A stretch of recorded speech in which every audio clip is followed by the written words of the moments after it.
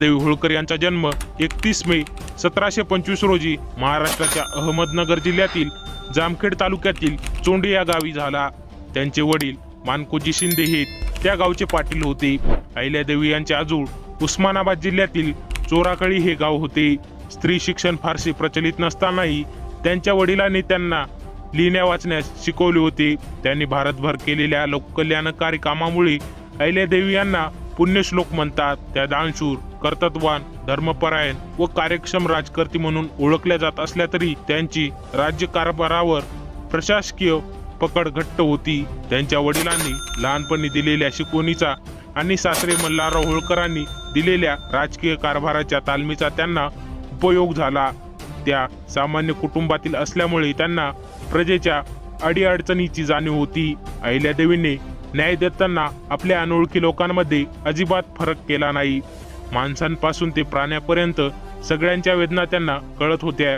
एकदा जेव्हा त्यांचा मुलगा क्रूरतेच्या प्रकरणात दोषी ठरला तेव्हा अहिल्याबाई होळकर आपल्या मुलाला रथाखाली चिडून ठार मारण्यासाठी निघाल्या होत्या। अहिल्यादेवी होळकर यांचे पुत्र मालोजीराव यांचा रथ एकदा मध्य प्रदेशातील इंदोर शहराजवळून जात असताना त्यांच्या वाटेत एक नवजात वासरू आले। रस्त्याच्या कडेला वासरापासून काही अंतरावर गाय उभी होती। मालोजींच्या रथाच्या धडकेने वासराला जबर दुखापत झाली आणि तिथेच त्याचा मृत्यू झाला।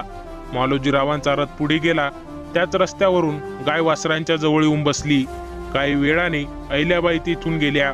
मृत वासराच्या शेजारी गाय बसलेली पाहिल्यावर अपघातात वासराचा मृत्यू झाल्याचे त्यांना समजले। काही वेळाने अहिल्याबाई तिथून गेल्या। मृत वासराच्या शेजारी गाय बसलेली पाहिल्यावर अपघातात वासराचा मृत्यू झाल्याचे समजण्यास त्यांना वेळ लागला नाही।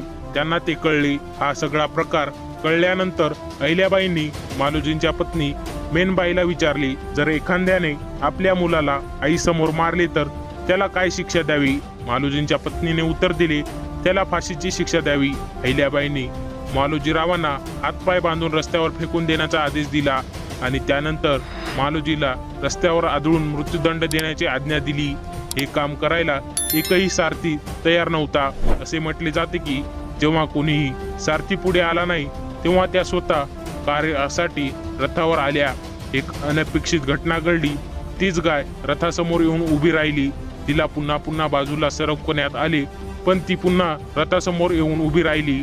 हे पाहून मंत्री राणीला म्हणाले, कदाचित या आवाजहीन गायीलाही दुसऱ्या आईच्या मुलासोबत असे घडू नये असे वाटते। ती तुमच्याकडे मालोजीसाठी दयेची याचना करत आहे। इंदोरमध्ये ज्या ठिकाणी ही घटना घडली ती जागा आजही आडा बाजार म्हणून ओळखली जाते। या प्रसंगावरून अहिल्याबाई होळकर यांचा न्यायनिवाडा किती कडक पद्धतीचा होता हे दिसून येते।